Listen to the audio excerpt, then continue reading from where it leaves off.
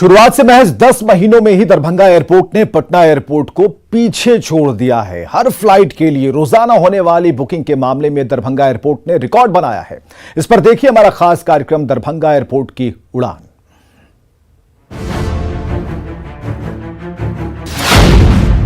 बिहार में हवाई क्रांति।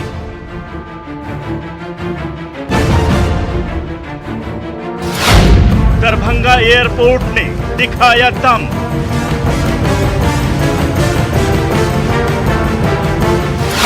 पटना एयरपोर्ट को किया पस्त।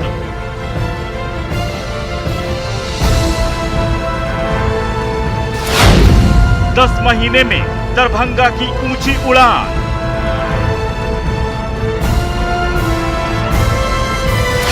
पटना को छोड़ा पीछे।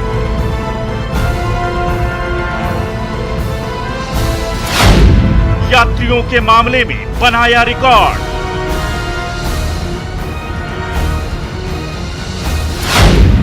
दरभंगा एयरपोर्ट की उड़ान। तो दरभंगा एयरपोर्ट ने महज चंद महीनों में ही पटना एयरपोर्ट को पीछे छोड़ दिया है। प्रति उड़ान हवाई यात्रियों के मामले में दरभंगा एयरपोर्ट ने यह नया रिकॉर्ड बनाया है, वो भी एयरपोर्ट की शुरुआत के बाद महज 10 महीनों में। बिहार के छोटे शहरों के लिए अच्छी खबर है। इससे राज्य के छोटे शहरों में भी आने वाले दिनों में हवाई सेवा की अपार संभावनाएं नजर आ रही हैं।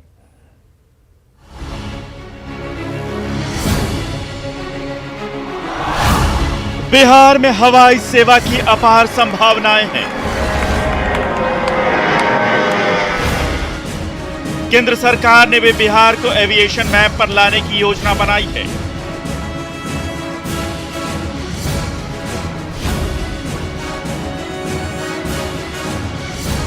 पटना और गया जैसे शहरों के अलावा छोटे शहरों में भी हवाई यात्रियों की संख्या लगातार बढ़ रही है।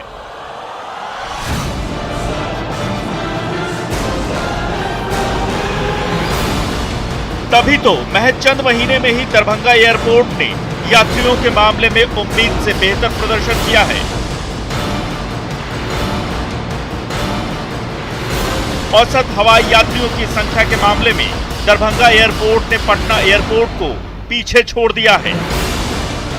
बिहार में हवाई यात्रा करने वाले लोगों के लिए दरभंगा एयरपोर्ट धीरे धीरे काफ़ी लोकप्रिय होता जा रहा है और यही कारण है कि दरभंगा एयरपोर्ट ने प्रति विमान औसतन बुकिंग के मामले में पटना एयरपोर्ट को पीछे छोड़ दिया है। राजधानी पटना के एक विमान में जहां औसतन 110 से 125 यात्रियों की आवाजाही हो रही है, वहीं दरभंगा में यह आंकड़ा 150 के आसपास पहुंच गया है। नॉर्थ बिहार और नॉर्थ बिहार ही नहीं, जो नेपाल का तराई का एरिया है, वहाँ के लोग भी दरभंगा में से फ्लाइट लेते हैं और इतना बड़ा सक्सेस स्टोरी हो गया है दरभंगा, जितना लोग वहाँ ट्रैवल कर रहे हैं। कोविड के टाइम में भी वहाँ का पैसेंजर बड़ी संख्या में लोग वहाँ पर जाते रहे। अब ये एयरपोर्ट को और बृहत रूप देना पड़ेगा। सिर्फ इतने ही जगह से काम, एक सिकर से काम नहीं चलेगा। और बिहार सरकार ने तय किया कि नहीं भाई, ये इंटरनेशनल एयरपोर्ट होना चाहिए। यहाँ कार्गो का फ्लाइट भी लैंड करना चाहिए। यहाँ पर जो एयर एम्बुलेंस है वो भी लैंड करना चाहिए। यहाँ पार्किंग वे जो है वो बढ़ाना है ज़्यादा प्लेन का। अब 8 प्लेन पार्क हो सकता है। वो अभी रनवे पर ही प्लेन खड़ा रहता है। अब 78 एकड़ जमीन जब आएगा तो 8 प्लेन पार्क हो जाए। सक्सेसफुल अगर एयरपोर्ट कोई इमर्ज किया है तो वो दरभंगा एयरपोर्ट। ये कितना सक्सेसफुल एयरपोर्ट, जो जब आप छोटे शहर में जा करके बनाते हैं तो कितना एस्पिरेशन लोगों का हो गया है ट्रेवल करने का। और जो ग्लोबली, जो खास करके मिथिला के लोग हैं, उनके लिए तो इससे बड़ा खबर, और इकोनॉमिक एक्टिविटी भी काफी उससे वहां बढ़ गया है। प्रति विमान औसत बुकिंग के मामले में दरभंगा एयरपोर्ट ने पटना एयरपोर्ट को पीछे छोड़कर रिकॉर्ड बनाया है। पटना में हर दिन एक विमान में जहां औसतन 110 से 125 यात्रियों की आवाजाही हो रही है, वहीं दरभंगा में औसतन हर विमान में 150 यात्रियों की आवाजाही हो रही है। 1 सितंबर को दरभंगा आने जाने वाले 10 विमानों में 1440 यात्रियों ने बुकिंग कराई। वहीं 1 सितंबर को पटना एयरपोर्ट पर 66 विमानों में 8,755 यात्री आए गए।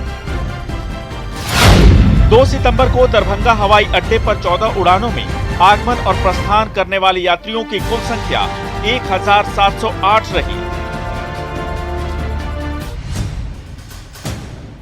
आंकड़े इस बात की गवाही दे रहे हैं कि बिहार के छोटे शहरों में भी एविएशन की असीम संभावनाएं हैं और अगर केंद्र और राज्य सरकार ने इस पर ध्यान दिया तो बिहार में हवाई यात्रियों की बहार आ सकती है।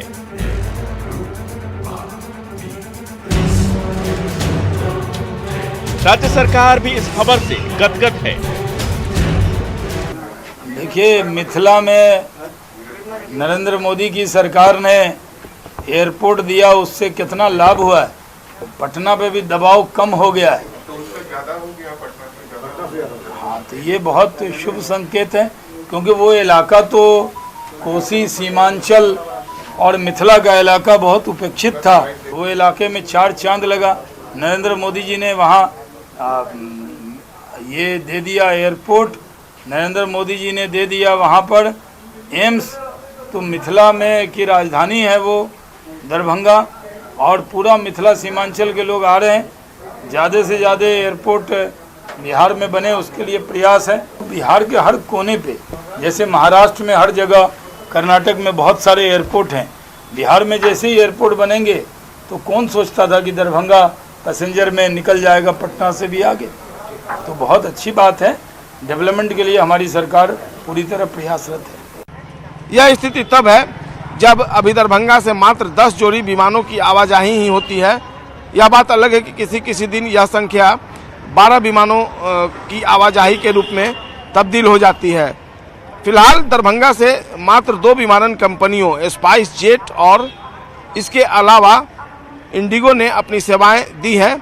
अभी यहां से अहमदाबाद के अलावा कोलकाता, बेंगलुरु, हैदराबाद, दिल्ली, मुंबई के लिए उड़ानें उपलब्ध हो रही हैं। लेकिन जिस तरीके से दरभंगा एयरपोर्ट अपनी लोकप्रियता हासिल कर रहा है, वैसे में बिहार के छोटे शहरों में एयरपोर्ट के विकास की संभावनाओं को बल मिला है। दरभंगा को एयरपोर्ट का तोहफा पिछले साल प्रधानमंत्री नरेंद्र मोदी ने दिया था। दरभंगा से हवाई सेवा की शुरुआत पिछले साल नवंबर महीने में ही हुई है। यहां से पहली उड़ान 8 नवंबर 2020 को हुई थी। इसके बाद से 2 सितंबर 2021 तक यात्रियों की आवाजाही 4 लाख से ज्यादा हो चुकी है। फिलहाल दरभंगा एयरपोर्ट से अहमदाबाद, बेंगलुरु, हैदराबाद, दिल्ली, कोलकाता और मुंबई के लिए उड़ानें उपलब्ध हैं। दरभंगा एयरपोर्ट से हर दिन 10 से 12 विमानों की आवाजाही होती है और औसतन 1500 से 2500 यात्री यहां हर दिन आते और जाते हैं। अब यहां से अंतर्राष्ट्रीय उड़ानों की भी मांग की जा रही है। कुछ दिनों पहले मुख्यमंत्री नीतीश कुमार ने भी इस एयरपोर्ट के विस्तार को लेकर अधिकारियों को जरूरी दिशा निर्देश दिए थे।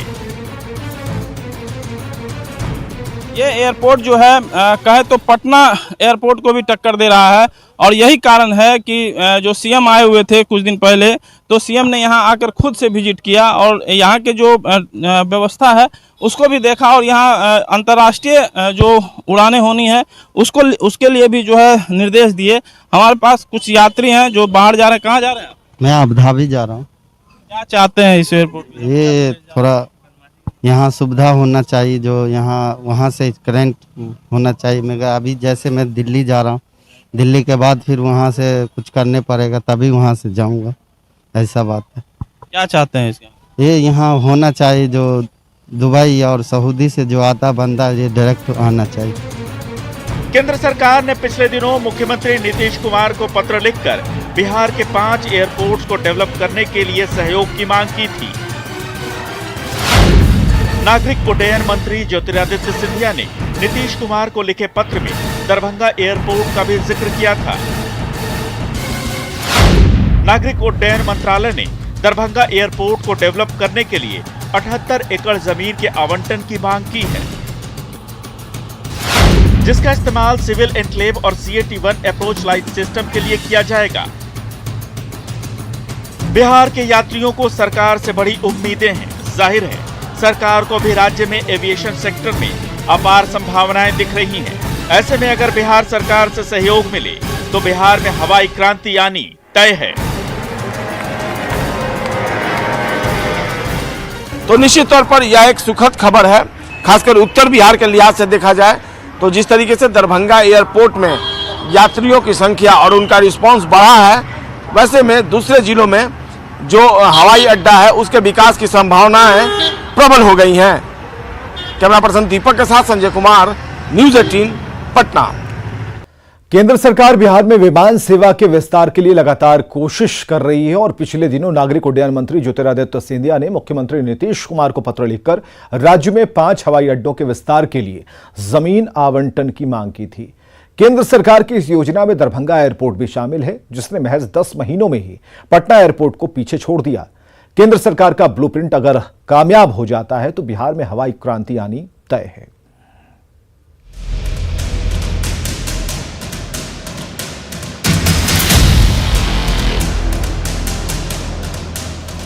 वो दिन याद कीजिए जब बिहार के लोगों के लिए हवाई जहाज में सफर करना एक सपना हुआ करता था।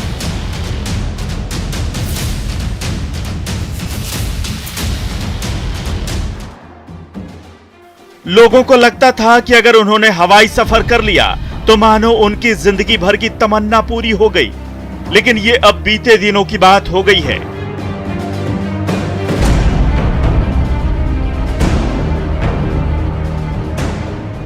आज बिहार के कई बड़े शहरों से हवाई सेवा शुरू है।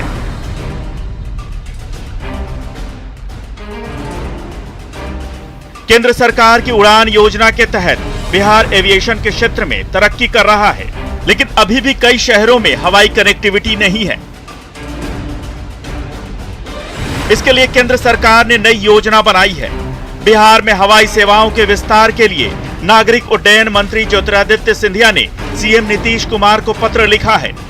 पत्र में राज्य में एविएशन इंफ्रास्ट्रक्चर को मजबूत करने की बात कही गई है। बिहार में हवाई क्रांति लाने की कवायद तेज हो गई है और केंद्रीय नागरिक उड्डयन मंत्री ज्योतिरादित्य सिंधिया ने सीएम नीतीश कुमार को पत्र लिखकर एयरपोर्ट के लिए जमीन आवंटन कराने की मांग की है।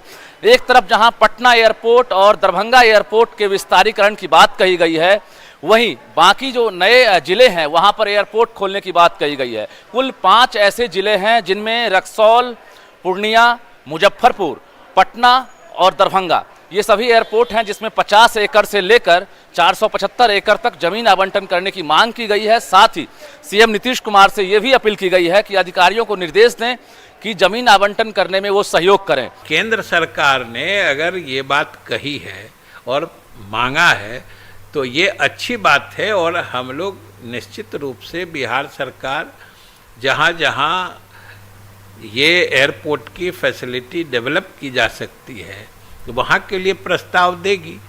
आखिर ये तो बिहार के विकास में सहायक है, तो ऐसी चीज़ों में हम नहीं समझते हैं कि सरकार कोई परहेज करेगी। ज्योतिरादित्य सिंधिया ने सीएम नीतीश कुमार को पत्र लिखकर उनसे व्यक्तिगत हस्तक्षेप करने की अपील की है। नागरिक उड्डयन मंत्रालय ने राज्य सरकार से जमीन आवंटन और ढांचागत विकास के लिए जरूरी फंड जमा करने की बात भी कही है। साथ ही नीतीश कुमार से अपील की गई है कि वो इसके लिए अधिकारियों को जरूरी दिशा निर्देश दें।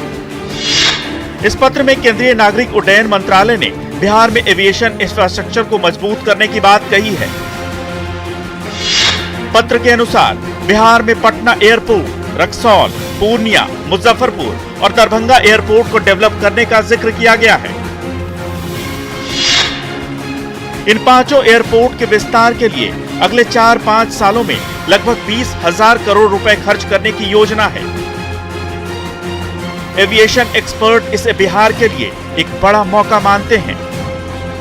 देश को जोड़ने का एक बहुत अच्छा तरीका है ये कि हर जगह जहां भी संभव हो वहां पे एयरपोर्ट बनाए जाएं और हमारी जितनी भी एयरलाइंस हैं उनको मौका दिया जाए वहां से ऑपरेट करने के लिए।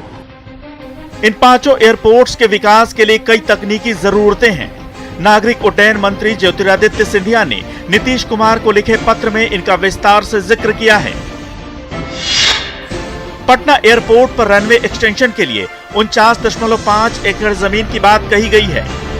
साथ ही पटना एयरपोर्ट पर टैक्सी ट्रैक, आइसोलेशन बे, ग्लाइड पार्क, और DVOR उपकरण समेत कई योजनाओं का प्रस्ताव दिया गया है। रक्सौल एयरपोर्ट के विकास के लिए 121 एकड़ जमीन की जरूरत बताई गई है। रक्सौल में ATR 72 टाइप के विमानों के लिए हवाई अड्डे को विकसित किए जाने की योजना है। पूर्णिया एयरपोर्ट के विकास के लिए 50 एकड़ जमीन की आवश्यकता है। इसके तहत पूर्णिया एयरपोर्ट पर न्यू सिविल एनक्लेव विकसित किया जाएगा। मुजफ्फरपुर एयरपोर्ट पर 475 एकड़ जमीन की आवश्यकता है। योजना के तहत मुजफ्फरपुर एयरपोर्ट को A320 एयरक्राफ्ट के लिए विकसित किया जाएगा। दरभंगा में 78 एकड़ जमीन की जरूरत है, जिसका इस्तेमाल सिविल एनक्लेव और CAT-1 अप्रोच लाइट सिस्टम के लिए किया जाएगा। केंद्र सरकार की इस योजना में पटना का जयप्रकाश नारायण इंटरनेशनल एयरपोर्ट भी है। केंद्र सरकार ने इसके विकास के लिए बिहार सरकार से जमीन आवंटन की अपील की है, ताकि भविष्य की जरूरतों को देखते हुए एयरपोर्ट का विकास किया जा सके।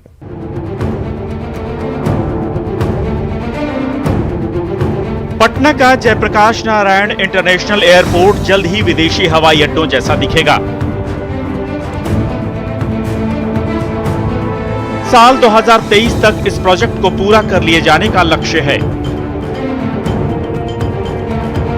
लेकिन भविष्य की जरूरतों को देखते हुए केंद्रीय नागरिक उड्डयन मंत्री ज्योतिरादित्य सिंधिया ने बिहार सरकार से कुछ और मांग भी की है। मंत्रालय ने पटना एयरपोर्ट पर रनवे एक्सटेंशन के लिए 49.5 एकड़ जमीन आवंटन की बात कही है। साथ ही टैक्सी ट्रैक, आइसोलेशन पे, ग्लाइड पाथ और DVOR उपकरण समेत कई योजनाओं का प्रस्ताव भी दिया गया है। ऐसे एयरपोर्ट हैं बिहार में, फॉर इंस्टेंस अपना जो पटना ही एयरपोर्ट पे है, तो यहाँ पे कुछ जमीन की समस्या है जिसको लेके वी आर फेसिंग और aviation is facing certain operational constraint and those constraints, ये जो बाधाएं हैं वो एक सुरक्षित विमान परिचालन को लेकर संबंधित हैं।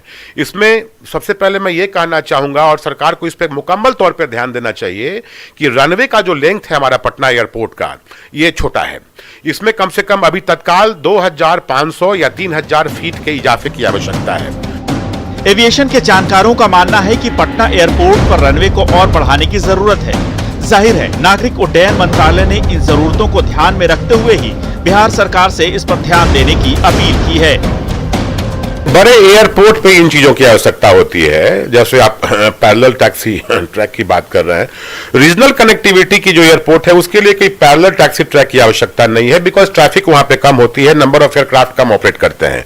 बट पटना जैसे एयरपोर्ट पे जो अभी ट्रैफिक की स्थिति है और बाद में आगे आने वाले 10 साल में जो ट्रैफिक बढ़ेगी, वैसी स्थिति में पैरेलल टैक्सी ट्रैक की आवश्यकता होगी। फिलहाल पटना के जयप्रकाश नारायण इंटरनेशनल एयरपोर्ट को विकसित करने का काम चल रहा है।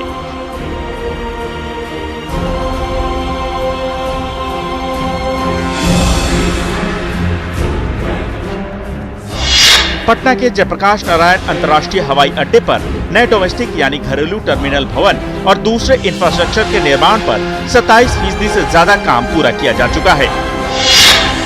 केंद्र ने इसके लिए एयरपोर्ट अथॉरिटी ऑफ इंडिया को 1216.9 करोड़ रुपए आवंटित किए थे। इसे दिसंबर 2023 तक तैयार करने का लक्ष्य है। हालांकि पहले ये लक्ष्य मार्च 2023 तक का ही था, लेकिन कोरोना महामारी के कारण इसमें देर हुई। बनकर तैयार होने के बाद एयरपोर्ट का 2 मंजिला टर्मिनल भवन हर साल 80 लाख यात्रियों को संभालेगा। पहली मंजिल पर एक डिपार्चर लाउंज और ग्राउंड फ्लोर पर एक अराइवल एरिया होगा। इसमें 52 check in counter, 5 conveyor belt और एरो ब्रिज शामिल होंगे और एक इनलाइन बैगेज हैंडलिंग सिस्टम होगा जो विदेश से मंगाया जा रहा है। एयरपोर्ट के अंदरूनी भाग में बिहार की समृद्ध संस्कृति, कला और विरासत को दिखाया जाएगा। न्यूज़ 18 के लिए पटना से रजनीश कुमार के साथ शैलेंद्र की रिपोर्ट।